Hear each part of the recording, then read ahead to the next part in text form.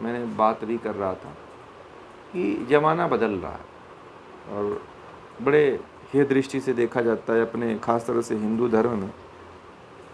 तो इसलिए हमने अभी ये जो बात कहा था कि जैसे कि कम उम्र की जो लड़कियां रहती हैं, जैसे मैंने बताया कि 2-3-4 लड़कियां थीं, तो उनको तो शादी कर लेना चाहिए।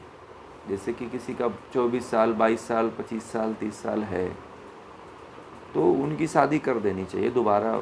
अभी 1 साल में किसी का पति मर जाता हो, किसी का 2 साल में शादी के, तो लंबी कम उम्र वाली जो महिला लड़कियां हैं उनको कर लेना चाहिए, उनको नहीं रखना चाहिए।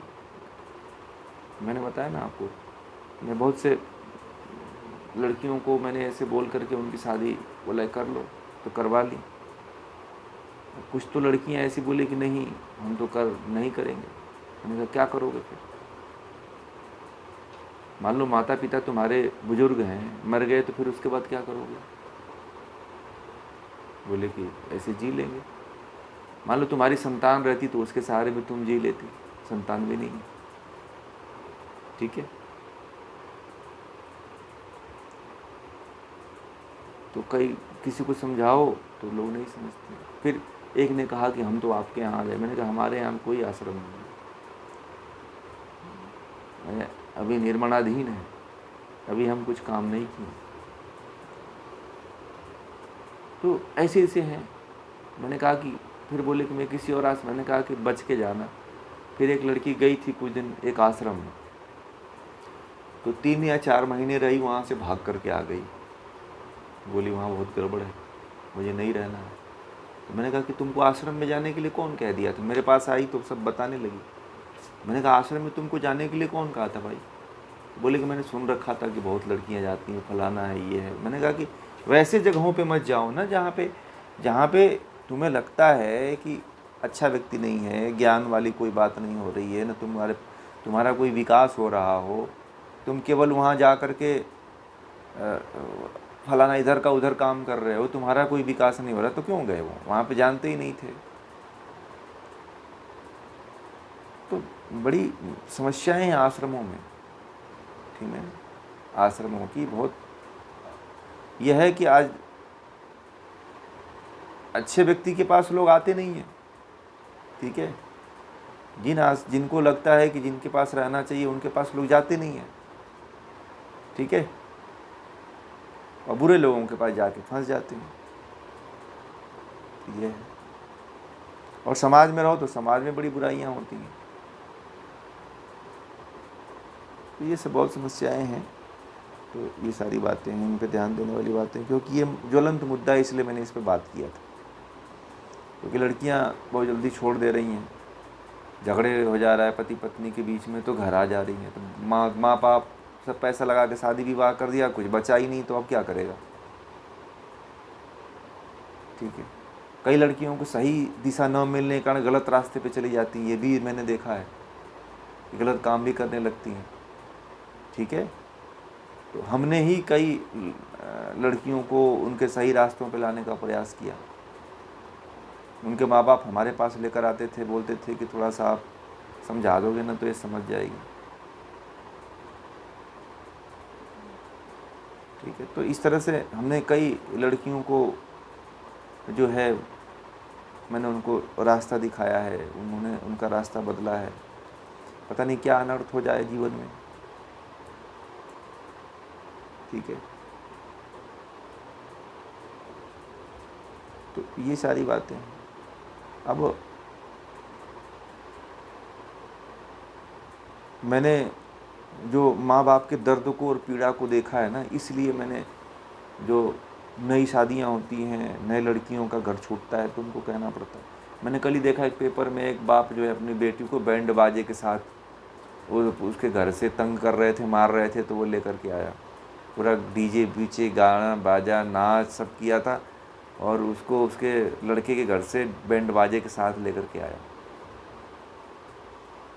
तो ये सब बड़ी विडम्बनाएं देखा है ना।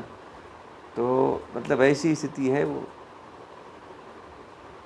बड़ा मतलब अजीब घटनाएं घटित हो रही हैं। परंतु समाज में ना थोड़ी सी सामंजस्य करने की क्षमता खत्म हो गई है। केवल लड़के या लड़कियां ही गलत, इसमें दोनों का कहीं ना कहीं विशेष गलती होती है, समझ रहे हैं? केवल एक तरफ गलती नहीं होती, दोनों तरफ होती है। तो इस तरह से जीवन नहीं चलता है। जीवन को चलाने के लिए मिर्ची खाना पड़ता है, और तीखी वाली मिर्च खानी पड़ती है, ठीक है? और जो तीखा मिर्च खाना सीख गया ना, और तीखा मिर्च खा लिया, खाना उसने जान लिया, तो समझो वो जीवन जी लेगा, गृहस्थ जीवन को जी लेगा। और जिसने तीखा मिर्च नहीं खाया उसका गृहस्थ जीवन नहीं चल पाएगा, टूट जाता है। मैंने कई लड़कियों को बोला था, ठीक है, कि मतलब थोड़ा सा सहन करो, थोड़ा जहर खाया करो, थोड़ा काली मिर्च और तीखा मिर्च खाया करो, ठीक है, तब जीवन चलता है, नहीं तो नहीं चलता। या तो तुम दब जाओ या तो उसको दबा दो, दो ही काम होता है, दो तभी चलता है घर, नहीं तो नहीं चलता, ठीक है। अब आज की लड़कियां बड़ी अहंकारी हैं, बोलते हैं हम तो दबेंगे नहीं, काहे दबेंगे उससे, ऐसे होता है।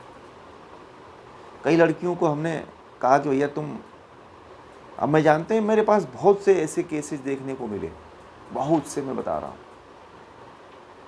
कईयों को समझाओ तो कहते हैं हम आपके साथ आ जाएंगे, मुझे हमारे साथ आ जाएगा, रोज हमारा कोई आश्रम रहता तो हम तुमको बुला लेते, हमारा तो एक छोटा सा घर है,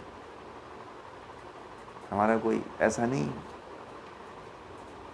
हमारे यहाँ तो फिर आओगे तो काम करना पड़ेगा, खाली नहीं बैठोगे। तो ये है। तो आज का जो समाज है, और कहीं ना कहीं बहुत अज्ञानता के कारण सब ये हो रहा है। मैं बड़ा इस पर, मेरे सामने घटनाएं आती हैं तो मुझे बड़ा दुख होता है कि कहीं ना कहीं माँ बाप भी अज्ञानी हैं, लड़कियां भी अज्ञानी हैं, लड़के भी अज्ञानी हैं, ठीक है। तो ये दोनों के कारण गड़बड़ हो जा रहा है। ज्ञान नाम की कोई चीज़ नहीं है, ठीक है, किसी को कुछ ज्ञान है ही नहीं है। अब जब बाद में पता, जब मैंने जब उनको समझाता हूँ तो बोलते हैं कि बात आप सही कह रहे थे, कहीं ना कहीं मैं ही गलती था। मैंने बताया था ना आप लोगों को, एक परिवार को मैंने ऐसे समझाया था, जो 17 साल बीत गए, आपस में दोनों पति पत्नी बातें नहीं किए थे, 17 साल बीत गए, रहते थे एक ही घर में, बच्चा भी नहीं हुआ था। पता है क्यों? क्योंकि दोनों एक जगह रहते ही नहीं थे, एक ही रूम में रहते थे, वो ऊपर बेड के ऊपर, ये नीचे सोती थी। मतलब दुनिया को लगता था कि ये पति पत्नी है, ठीक है, बातें नहीं करते थे। और मैंने एक दिन बुलाया, बुलाओ क्या बात है। पता चला कि दोनों का एक का अहंकार था, बोले कि मैं इससे कम थोड़ी हूँ, मैंने सोचा कि ये बोलेगी, और इसने सोचा कि, पति बोला कि मैंने सोचा कि ये बोलेगी, ये बोलती ही नहीं थी, इसके अंदर अहंकार था। और पति बोलता था कि पत्नी बोली कि मैंने सोचा कि ये क्यों नहीं बोलता, इसके अंदर बहुत अहंकार है। इसी भ्रम में साहब 18-17 साल बीत गए। और जिस दिन दोनों बात किए उस दिन बड़े पार्टी रखे थे, बुलाए थे, बड़े लोगों को बुलाए थे, बोले कि हमारी आज शादी हुई है 17 साल बाद। समझ रहे हैं, एक छोटी सी बात को लेकर के।